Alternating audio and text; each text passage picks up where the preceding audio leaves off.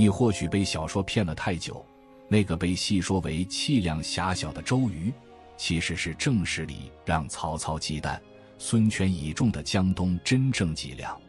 一场赤壁之战，他以3万吴军破20万曹军，用烈火点燃3分天下的序幕。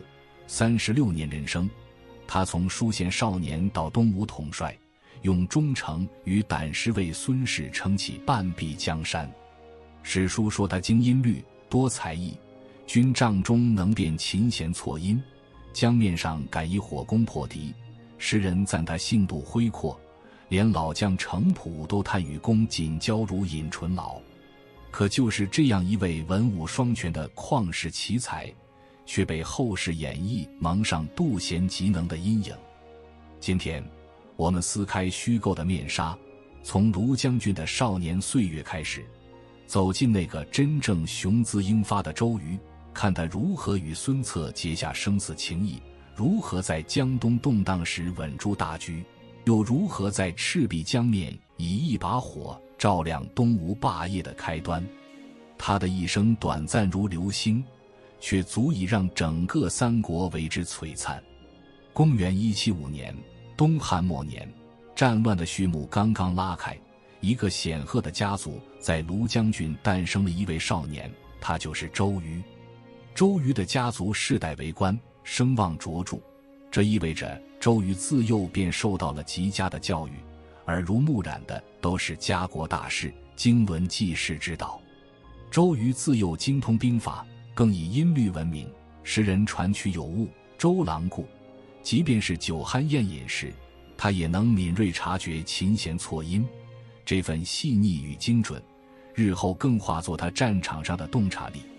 命运的齿轮在公元190年前后开始转动，那一年，周瑜结识了一个同样不凡的少年孙策。孙策，一个有着英雄气概，渴望匡扶汉室、重建家业的将门之后。孙策的父亲孙坚是当时响当当的江东猛虎，却不幸在征战中殒命。年轻的孙策肩负着振兴家族的重任，两人一见如故，情谊深厚，史书称之为总角之交，一指两人少年时期便已是挚友。他们一同在书县的庐江太守府邸避乱，日日夜夜谈论的都是天下大事，胸怀的都是匡扶社稷的抱负。周瑜甚至将自家的南侧大宅让给孙策居住，两家共用庭院。这份深厚的情谊为日后东吴霸业的奠定埋下了最坚实的基石。后来孙策依附袁烛南下开疆，周瑜也曾在寿春为袁烛效力。然而他洞察袁术轻弃世人，贪功无度，心知不可久留，遂挂印辞去，转投孙策麾下。这一去改变了江东的格局。公元195年，周瑜随孙策正式开启了征讨江东的霸业之路。他们从溧阳渡江，所到之处摧枯拉朽。周瑜身先士卒，与孙策并肩作战，攻克牛渚，进取横江，锐不可当。每一次的攻城略地，都离不开周瑜的谋划与勇猛。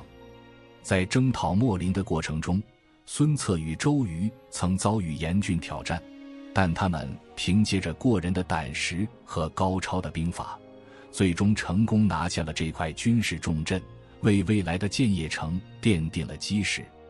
当他们攻下卢将军之所书县时，周瑜被任命为居巢长，这不仅仅是一个官职，更是孙策对周瑜能力的高度认可，也是他将周瑜视为肱骨重臣的明确信号。在周瑜的辅佐下，孙策的军队势如破竹，江东的版图在他们的铁蹄下迅速扩张。而就在这一连串的胜利中，周瑜又迎来了他人生的一个重要时刻。在攻取宛城之后，孙策与周瑜分别取得了当地乔公的两位绝色女儿，大乔与小乔。小乔之美名动天下，而周瑜与小乔的结合更是被后世传为佳话，增添了他英雄浪漫的色彩。史料记载，孙策曾对周瑜感慨：乔公之女虽流离，得无二人，亦足为欢。这不仅仅是玩笑，更是两位少年英杰对自己未来事业的自信，以及对这段美好姻缘的珍视。公元199年，孙策在平定江东的过程中，已初步建立起自己的基业，他的军事才能和政治手腕都得到了充分的展现。而周瑜则被任命为建威中郎将，并且兼任春谷县长，屯兵于巴丘。这时的周瑜已经成长为独当一面的大将，他的军事部署和行政管理能力都得到了充分的锻炼。他不仅要负责战场的指挥，还要负责后勤补给、地方治理，这对他来说是全面的考验，也为他日后成为东吴统帅积累了宝贵的经验。他治下的地方，百姓安居乐业，军队训练有素，展现了他卓越的治理才能。然而，命运往往在你以为一切都将顺遂时，露出他残酷的一面。公元200年，正当孙策意气风发，准备挥师北上，与曹操一决雌雄之际，他在一次狩猎中被仇敌刺伤，不久便英年早逝。噩耗传来，整个江东为之震动，年仅26岁的孙策就这样告别了人世。而此刻，周瑜正领兵在外，突闻此变故，他心如刀绞，肝肠寸断。他连夜兼程，星夜赶回吴郡，奔赴孙策的灵柩前。那个与他相识于危时，相知于乱世，相伴于征途的兄弟，就这样永远地离开了。但周瑜深知，此刻并不是沉浸在悲痛中的时候。孙策临终将孙权托付给张昭、周瑜等心腹，叮嘱他们辅佐弟弟稳固江东。这份沉甸甸的托付，既是兄弟的信任，也是对周瑜能力的最高肯定。孙权那时还是个未满20的少年，兄长猝然离世的噩耗与内外动荡的危局，让他一时乱了方寸。江东朝野上下人心惶惶，不少将领官吏见主少国已在暗中盘算退路，刚刚奠基的孙氏基业仿佛随时会分崩离析。就在这风雨飘摇之际，周瑜如定海神针般挺身而出。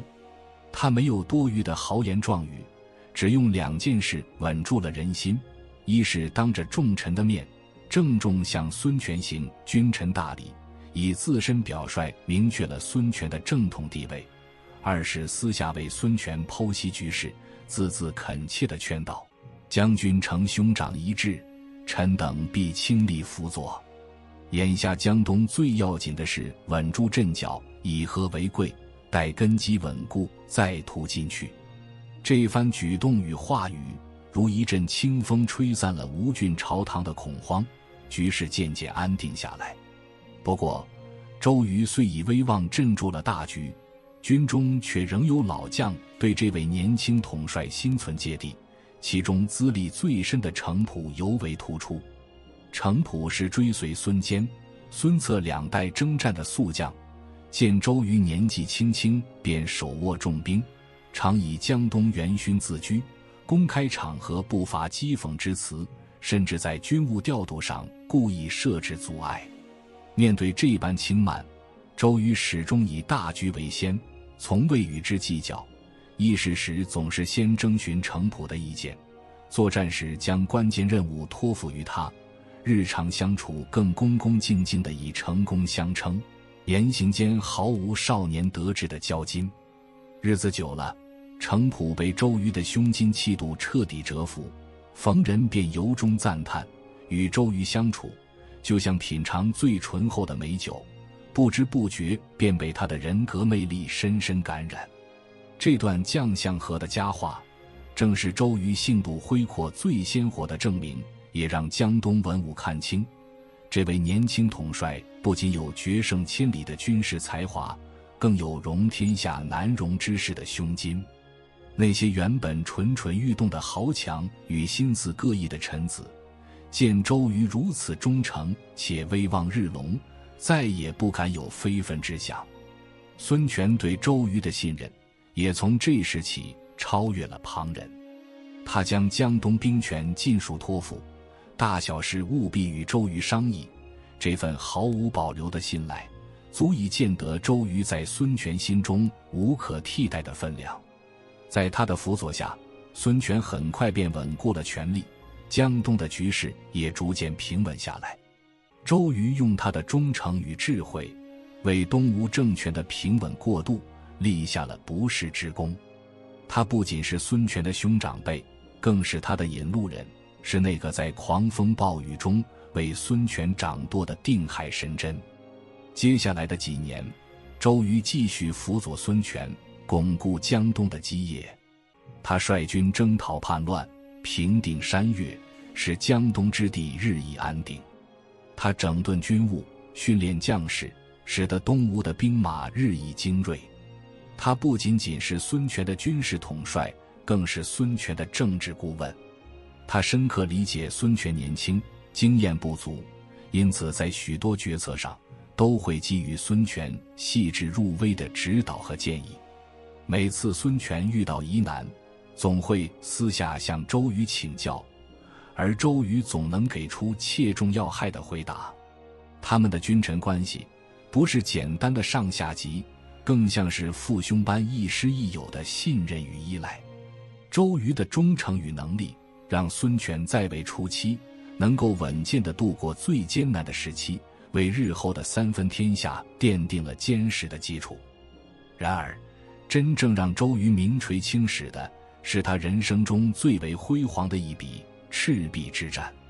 公元208年，中原的霸主曹操在北方统一了河北之后，又南下席卷荆州，刘表心丧，其子刘琮举州投降。曹操携过号称100万的大军，意图一举荡平江东，统一天下。曹操甚至写了一封信给孙权，语气傲慢而自信。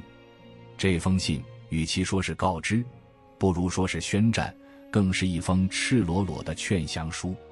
江东朝堂之上顿时炸开了锅，恐慌的情绪迅速蔓延开来，许多文臣武将，包括像张昭这样德高望重的谋士，都力主投降。他们提出了一系列看似合理，实则充满绝望的理由。张昭站在群臣之首，声色俱厉地说道：曹操大军压境，兵马众多，非我等能敌。如今荆州心响，其水军士卒皆是久经战阵之辈，为曹操所用，更是如虎添翼。若不投降，恐江东百姓涂炭，宗庙社稷毁于一旦啊！其他主降派的大臣也纷纷附和，他们认为曹操是北方霸主，势不可挡，抵抗无异于以卵击石。他们甚至提出，即便曹操不善水战，但其陆军精锐，一旦登陆，江东便无险可守。一时间，殿内弥漫着悲观绝望的气氛。年轻的孙权坐在高位之上，看着眼前争吵不休的臣子们，他内心焦灼不安，巨大的压力几乎要将他压垮。他的眼神中充满了迷茫，他知道投降意味着什么，但抵抗的代价他又能否承受？就在这危急存亡之秋，鲁肃挺身而出。鲁肃，这位素来有着大局观的谋士，他敏锐地察觉到主将派的短视，他极力劝说孙权，并推荐了此时正在前方备战的周瑜。孙权立刻派人召回周瑜，期盼着这位江东栋梁能带来一线生机。周瑜从鄱阳湖匆匆赶回，一见到孙权，他便开门见山，斩钉截铁地表明了自己坚决主战的态度。他没有丝毫犹豫，没有半点退缩。他沉着冷静地分析了曹操的弱点。他指出，曹操虽然兵多将广，但其兵马多为北方之人，不习水战，更不服水土，必生疾疫。且其骑兵精锐，但于水上无用武之地。更何况曹操所挟持之荆州兵马，心尽归附，并非真心，人心离散，难以久持。而曹操远道而来，后方补给线漫长，军粮运输困难，凡此种种，皆是其致命弱点。他接着激昂陈词道：将军以区数万人，却可击破之。若能战胜，则江东可安，足以与北方曹操鼎足而立，图谋天下。若一味投降，则将军之社稷宗庙，恐将不保。将军本人亦不过是曹操手下的一介属官，何其屈辱！况且曹操名为汉相，实则汉贼。若将军能以寡敌众，力挽狂澜，岂非千古之英名？他甚至激将孙权说：若将军自忖不能敌，周瑜愿率精兵3万，与曹操决一死战，纵使身死，亦无憾矣。周瑜这番掷地有声的分析，如同拨开迷雾的阳光，瞬间照亮了整个大殿。他的自信，他的远见，他的决心，感染了每一个人，特别是孙权。孙权听了这番话，心中的疑虑一扫而空，他猛地站了起来，拔出佩剑，斩断面前的奏案一角，厉声说道：群臣若再言降者，皆如此案。至此，主战的基调正式确立，抵抗曹操成为东吴上下一致的目标。周瑜以他无与伦比的口才和对时局的精准把握，挽狂澜于既倒，为东吴争取到了生的机会。然而仅仅说服孙权还不够，接下来的任务更是艰难异常。曹操的数十万大军已然顺江而下，气势汹汹。周瑜必须面对的是实实在在的兵力悬殊。在鲁肃和诸葛亮的共同努力下，孙刘联盟正式达成。随后，孙权任命周瑜为左都督，统帅3万精锐水军，与刘备军会合，共同逆江而上，迎战曹操。赤壁之战的战场选在了长江中游的赤壁乌林一带。曹操的大军果然如周瑜所料，在长江沿岸绵延数十里，战船密密麻麻，首尾相接，几乎遮蔽了江面。这些船只大多是新收荆州水师和北方士卒改装而来。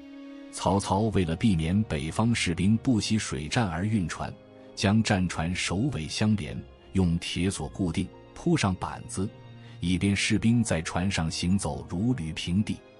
表面上这似乎解决了水战的难题，但在周瑜看来，这却是曹操犯下的致命错误，一个破绽百出的死穴。开战之初，周瑜与曹操的水师在赤壁首次交锋。东吴的水军常年训练，熟悉水性，又兼备精良的船只和弓弩，而曹操的军队虽数量庞大，但在水上却是外行。第一次试探性的交锋，曹操的先锋部队便吃了亏，士气大挫。但周瑜知道，这还不足以撼动曹操的主力，真正的杀招还在后头。那段日子江风烈烈，两军对峙，气氛紧张到极致。周瑜每天都在观察天象，等待一个时机。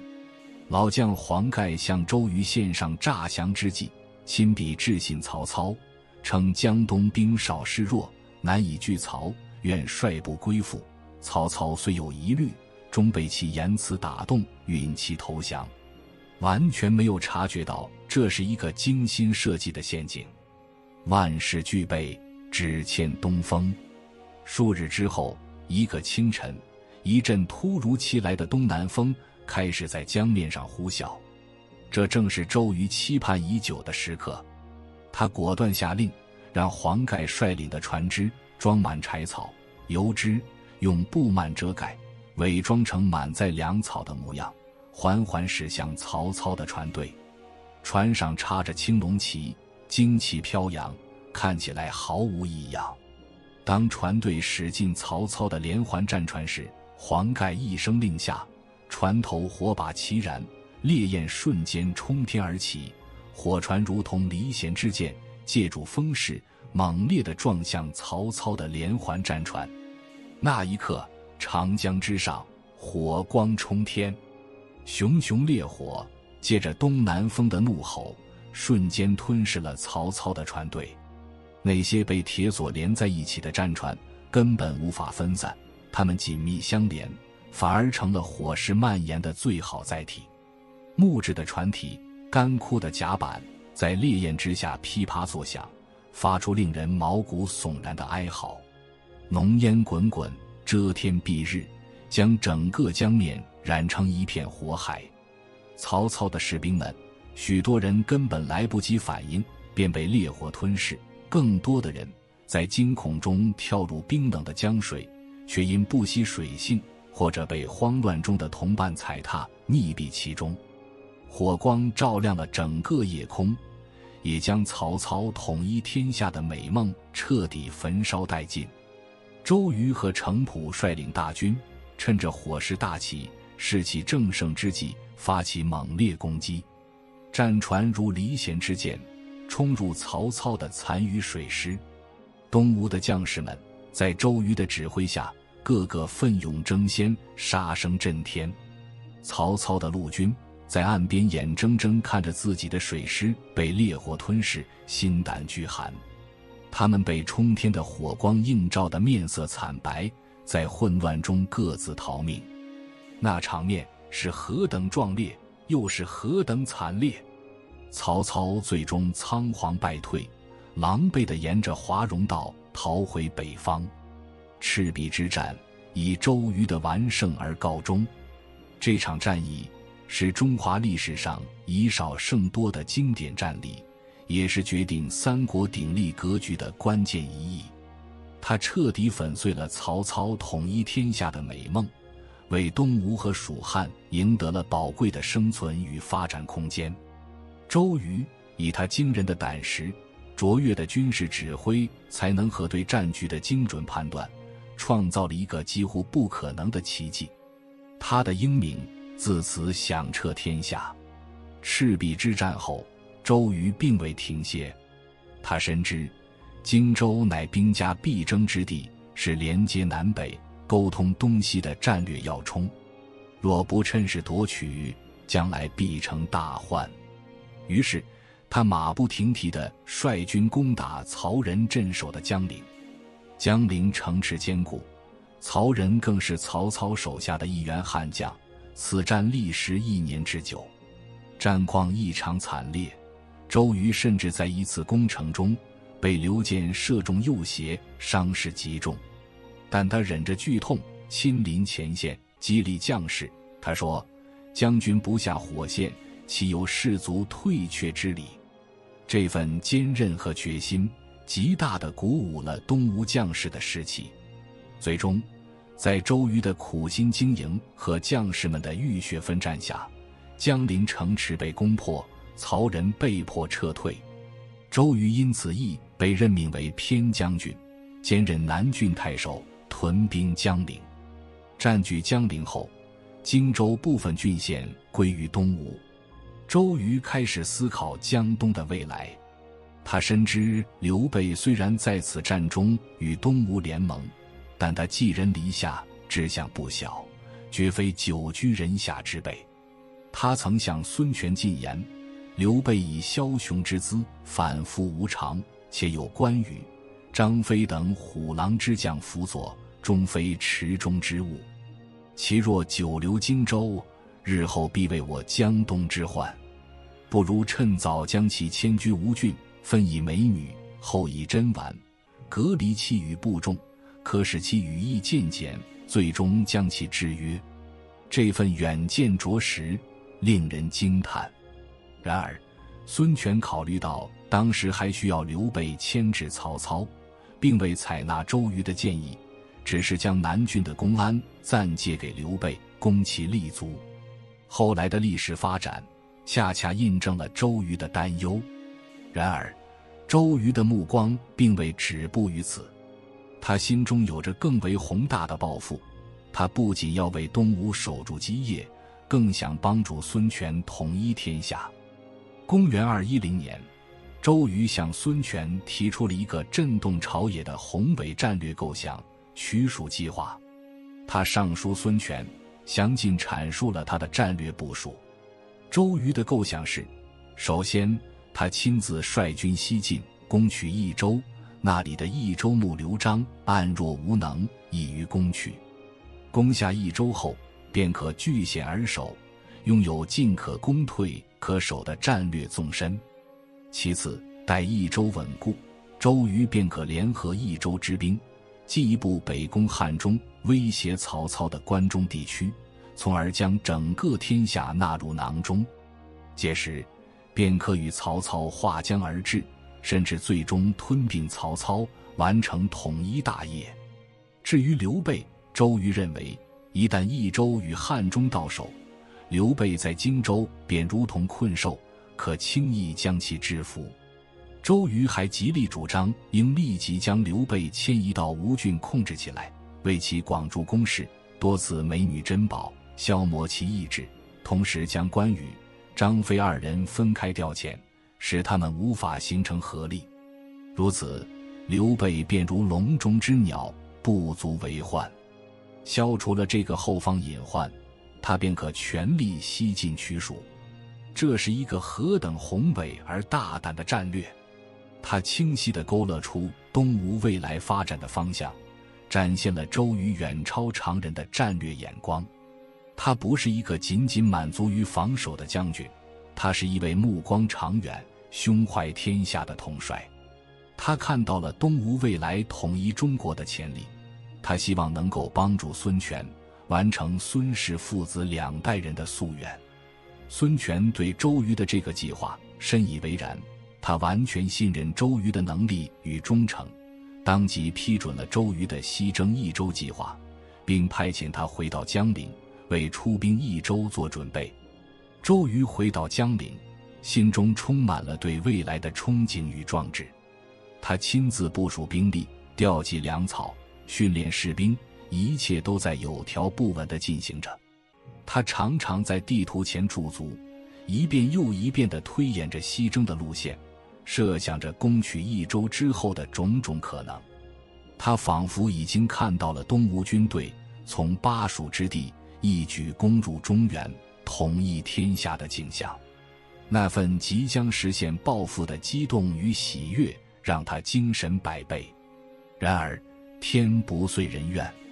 正当周瑜踌躇满志，准备挥师西进之时，病魔却悄无声息地降临。长期以来，南征北战的艰辛，身体所承受的巨大压力，以及南郡之战中旧伤复发，早已透支了他的身体。他感到身体日渐虚弱，精力大不如前，剧烈的疼痛时常侵袭着他。但他始终没有停下，他知道时间紧迫，他渴望在有生之年看到自己的宏图大志得以实现。公元210年，就在周瑜从京口返回江陵筹备西征时，行至巴丘，病情急剧恶化，病痛折磨着他，他知道自己的生命可能即将走到尽头。他挣扎着，意识时而清晰，时而模糊。他想到的是当年与孙策并肩作战的日子，是孙策临终前的托付，是赤壁火光冲天的夜晚，是江陵城下漫长的浴血奋战。他还有那么多的抱负没有实现，那么多的宏图大志还未完成。他强撑着最后一丝力气，给孙权写下了最后一封奏章。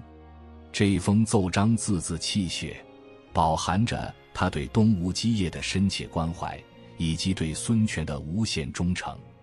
他忧心忡忡地提醒孙权，当今天下战乱未休，此乃臣日夜忧虑之事。望主公深谋远虑，防患于未然。如今大敌曹操在前，刘备近在公安，边境相连，而民心未复，急需良将镇守。鲁肃忠烈刚正，临事严谨，智略足以担当重任，恳请主公命他接替臣的职务。这份遗言是周瑜对孙权、对东吴最后的馈赠，是他在生命弥留之际对国家和君主最深沉的爱与责任。在巴丘，这位年仅36岁的绝世英才就这样带着满腔的抱负和遗憾，永远地闭上了眼睛。他的生命定格在了他最辉煌的时刻，却也定格在了他壮志未酬的时刻。东吴将士们闻此噩耗，无不悲痛欲绝，痛哭失声。孙权更是身穿素服，为周瑜举行了隆重的葬礼，亲自为他哭泣，并说道：公瑾有王佐之资，今其早逝，故何以能再得此良才？悲痛之情溢于言表。周瑜的逝去无疑是东吴的一大损失，也是那个时代的一大损失。当巴丘的秋风卷走最后一缕英魂，36岁的周瑜终究没能踏上西征益州的征途，但他短暂的一生早已在三国的天幕上刻下不可磨灭的印记，是赤壁烈焰中那抹扭转乾坤的身影，是江东基业里那根定海神针般的脊梁，更是乱世之中文武兼资的儒将典范最璀璨的主角。他的辉煌从不只在于一场战役的胜利，从书县少年与孙策升堂拜母的情谊，到率部区千里驰援奠定江东基业的锋芒，从孙策猝逝后以君臣之礼稳固孙权地位的忠诚，到力排众议斩断奏案的抗曹决心，周瑜的每一步都踩着时代的脉搏。赤壁之战的火光不仅烧毁了曹操的战船，更烧出了三分天下的格局，让偏安江东的孙氏政权真正拥有了问鼎天下的底气。而战后攻取江陵的浴血奋战，西进益州的宏伟蓝图，更显他不止于守城，更思进取的战略远见。他要的从不是偏安一隅，而是帮孙权去襄阳以促操北方可图的霸业雄心。他的魅力藏在史书的字里行间，是曲有误，周郎顾的风雅，让金戈铁马的战场多了几分文人风骨，是面对城濮朔灵武却折节容下的胸襟，让与公瑾交如饮醇醪的赞叹流传千古。后世小说用三气而亡的虚构抹黑他的凄凉，却掩不住正史里性度恢阔王佐之资的铮铮评语。他从不是谁的陪衬，而是那个让曹操忌惮，让孙权倚重，让刘备暗防的江东真正核心。历史没有如果，但我们总会忍不住想象，若巴丘的病魔未曾降临，那个计划取蜀并张鲁接援马超的周瑜，会不会真的带着东吴铁骑踏平巴蜀，让长江天险成为一统天下的起点？可惜命运给了他经世之才，却没给足够长的时间。他像一颗流星，在最璀璨的时刻划破夜空，却把光芒永远留在了江东的山河里，留在赤壁的江风中，留在江陵的城墙上，留在孙权孤飞公瑾不第的追思里。千载之下，当我们拨开演绎的迷雾，看见的是一个真正的英雄。他用忠诚守护托付，用胆识改写战局，用才华照亮时代。